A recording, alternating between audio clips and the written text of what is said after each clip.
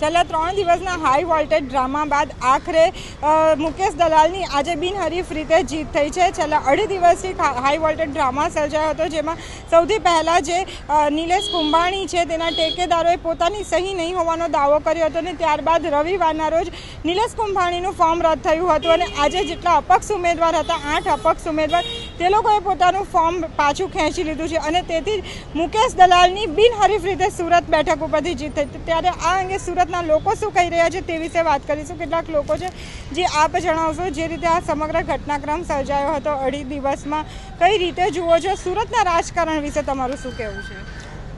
Madam, BJP party हमेशा एक ही दावा करती है कि मैं हिंदुस्तान की सबसे बड़ी पार्टी है बीजेपी।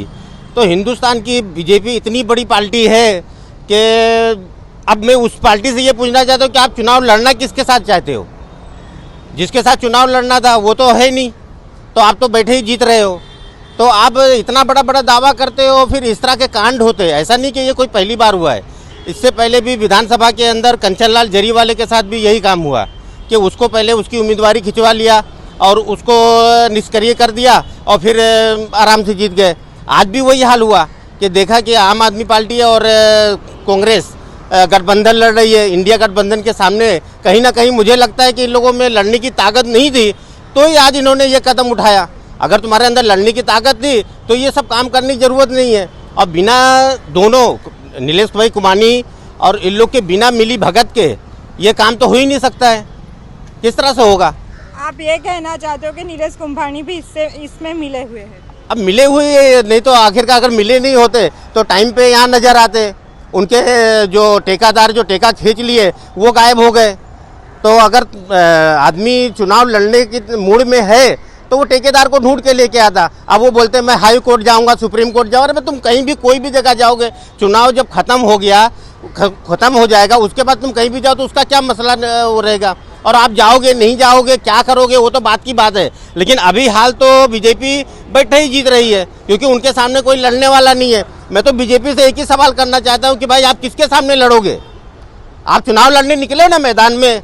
गुजरात के अंदर आप तो बोलते हो गुजरात बीजेपी का गढ़ है, हम भी बोलते कि गुजरात तो बीजेपी का गढ़ है, तो आप चुनाव अब लड़ोगे किसके सामने? है कोई ऐसा बंदा? क्योंकि जो लड़ने वाला था नीलेश कुंभानी, उसको तो तुमने जो बिठा दिया। अब वो चाहे डरा के धमका के या क्या उनके बीच चला वो हमको नहीं मालूम है, उनका क्या प्रबंध है हमको नहीं मालूम। लेकिन कहीं ना कहीं इस तरह से बार बार जो घटना बन रही है तो वहाँ से हमको ऐसा लगता है कि भाई कहीं ना कहीं ये कुछ ना कुछ मामला दाल में काला है या तो पूरी दाल काली है। तो कहीं ना कहीं जो कांग्रेस है उसने उम्मीदवार पसंद करने में भी गलती की, आपको ऐसा लगता है? अब गलती तो ये तो क्या देखिए, पहले ही जिस दिन मेरा તમે જણાવશો કે આ જે સમગ્ર ઘટનાક્રમ 2.5 દિવસ સુધી ચાલ્યો અને છેલ્લે જે અપક્ષના ઉમેદવાર હતા તે તમામ અપક્ષના ઉમેદવારોએ પણ ફોર્મ પાછું ખેંચી લીધું છે, તો શું કહેશો? સુરતના લોકો મતદાનથી વંચિત રહી ગયા? વંચિત રહી જશે, કેમ કે પહેલે તો હું એમ કહીશ કે લોકતંત્રનું અપહરણ થયું છે યા તો ચીરહરણ થયું છે। આજે જે નવ યુવાનો પોતાના મતલબ કે શોખ હતો કે અમે આ વખતે ઇલેક્શન કરીશું, તે લોકોને બી ઉત્સાહ તૂટ્યો છે।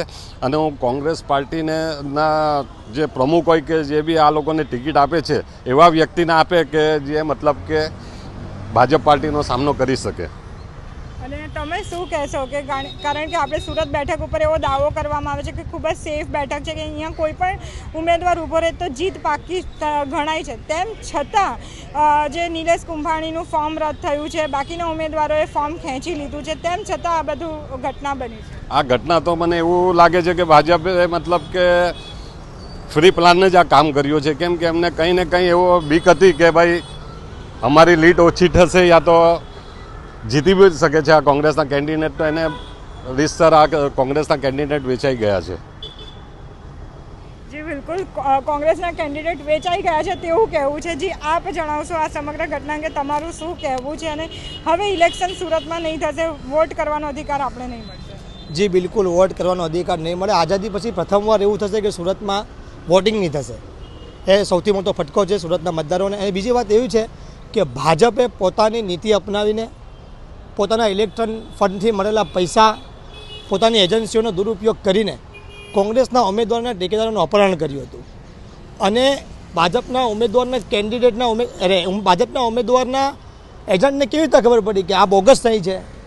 એમને કેવી રીતે ખબર પડી? એટલે ક્યાંક ને ક્યાંક ભાજપના લોકોએ ઉમેદવારના ટેકેદારોનું અપહરણ કર્યું છે. એમને સામ દાન ધન ભેટની નીતિથી એમને ફોડી લીધા છે અને એમને સુરતમાંથી ગાયબ કરી દીધા છે. ભાજપ આ વખતે એવું ઈચ્છતી હતી કે 5 લાખ મતદાર 5 લાખ કરતાં વધુ લીટથી જીતે, પરંતુ આ વખતે ઊંધું થઈ રહ્યું હતું. ઇન્ડિયન ગઠબંધનના હિસાબે અને ભાજપની જે બેવડી નીતિ છે એના લીધે આ વખતે ઇન્ડિયન ગઠબંધન તરફ કોંગ્રેસનું જોર વધી રહ્યું છે પ્રજાનું. એટલે એ લોકો જાણી જોઈને કોંગ્રેસના ટેકેદારોને ફોડી અને પોતાની સામ દાન ધન ભેટની નીતિનો પાવર કરી કોંગ્રેસના ઉમેદવારને હરાવવા માટે અને ડાયરેક્ટ બિનહરીફ જીતવા માટે આ આખો કારસો રચ્યો છે. જી, હું તમને પૂછવા માંગીશ, શું કહેશો? કારણ કે ભાજપની સામે લડવા માટે કોંગ્રેસ અને આપ પાર્ટી એક થઈ હતી અને ઇન્ડિયા ગઠબંધનની આપણી રચના થઈ હતી અને હવે તદ્દન સામે વિપક્ષ જ મટી ગયો છે. શું કહેશો? સૌથી પહેલાં તો હું સુરતના 18 લાખ જે મતદારો છે તો ભારતીય જનતા પાર્ટીએ પૈસાના જોરે તમામ મતદાતાઓનું હત્યા કરી છે. કેમ કે સુરતમાં જે લોકશાહીનો પર્વ એટલે મતદાન દિવસે લોકો ઉત્સાહથી મત આપવા જાય છે. કોઈ પણ હોય, ભારતીય જનતા પાર્ટી હોય કે આમ આદમી પાર્ટી હોય, કોઈ પણ પક્ષને ઉત્સાહથી મત આપવા જાય છે. એ દિવસનો ભારતીય જનતા પાર્ટીએ પૈસાના જોરે તેનું અપહરણ કર્યું છે. અને આ જે ઘટના બની છે લોકશાહી માટે કેટલી ખતરનાક છે, કારણ કે મત કરવાનો અધિકાર તમામને હોય છે. હવે મત કરવાનો અધિકાર જ નથી રહ્યો અને કોઈ સામે પાર્ટી જ નથી કે કોઈને આપણે વોટ આપી શકીએ.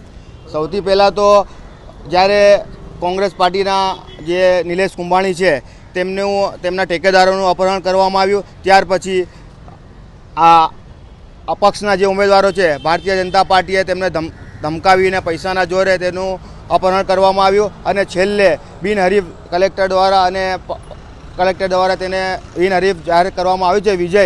પણ આ માત્ર ને માત્ર પૈસાના જોરે સુરતના મતદારો સાથે ખેલ થયો છે. જણાવશો કે ચૂંટણી પહેલાં સુરતની બેઠક પર કમળ ખીલી ગયું છે?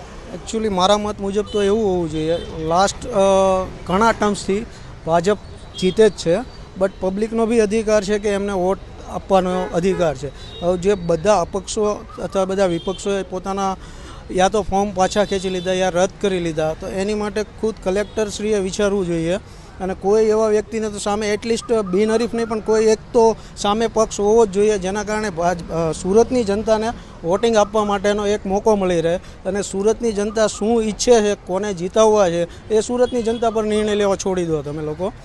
બાકી વોટિંગનો તો નિર્ણય એ હક બધાનો છે. ઓલ ઓવર ઇન્ડિયામાં જેટલા બી નાગરિકો છે 18 વર્ષની ઉપર, એ વોટિંગનો અધિકાર છે. એ સુરત આ વખતે એનાથી વંચિત રહી જશે. અને ઘણા એવા ઉમેદવાર પણ હશે કે જે લોકો ફર્સ્ટ ટાઈમ આ વખતે વોટ આપી રહ્યા હશે, જે લોકો 18 યર્સના થયા હશે, તો એ લોકોનો અધિકાર પણ ખોવાઈ જશે. શું કહેશો તમે આ ઓવરઓલ જે ચિત્ર, આ હાઈ વોલ્ટેજ ડ્રામા જે છેલ્લા 2 દિવસમાં સુરતમાં સર્જાયું હતું તે વિશે? હવે અત્યારે જે પ્રમાણેનો ડ્રામો ચાલી રહ્યો છે સુરતમાં અને જે નવા વોટરો છે જે આ વખતે પહેલીવાર વોટિંગ કરવાના છે, એ લોકો માટે તદ્દન નવો જ એક્સપિરિયન્સ થશે. એ લોકોને એવું થશે કે યા તો તાનાશાહી યા ફિર સિંગલ પક્ષ તરફથી જ એક આપણે વોટિંગ કરવાનું છે, બરાબર. ભવિષ્યમાં બી આવું થવાની સંભાવના રહે, તો એક તો એવું હોવું જ જોઈએ કે જે એમની સામે ઊભું રહે. ભાજપની સામે બી ભાજપ નો ડાઉટ આવશે બી મોદી જ તે, એમાં બી હું ખુદ ભાજપ પ્રેમી વ્યક્તિ છું, આવશે બી મોદી, પણ વોટિંગ થશે સામસામું તો લોકો હવે આમાં સપોઝ એવું ન હોય કે 100% લોકો ભાજપ પ્રેમી હોય યા ફિર 100% લોકો કોંગ્રેસ પ્રેમી હોય. સામેની વ્યક્તિ બી કેટલા પર્સન્ટેજ છે એ જોવું બી જરૂરી છે. અને અપક્ષ ઊભો હશે તો જ તમારા કાર્યો, યા વિપક્ષ ઊભો હશે તો જ તમારા કાર્યો ભવિષ્યમાં થશે. કેમ કે લડાઈ કોણ કરશે? સપોઝ અત્યારની કરંટ સરકાર બી પબ્લિક વિરુદ્ધ કાર્ય કરતી હશે તો એની સામે ઊભું રહેવા માટે બી કોઈ જોશે ને. તો એની માટે જરૂરી છે કે નવા વ્યક્તિઓ હોવા જોઈએ અને વોટિંગ થવું જોઈએ, એની માટે જરૂરી છે.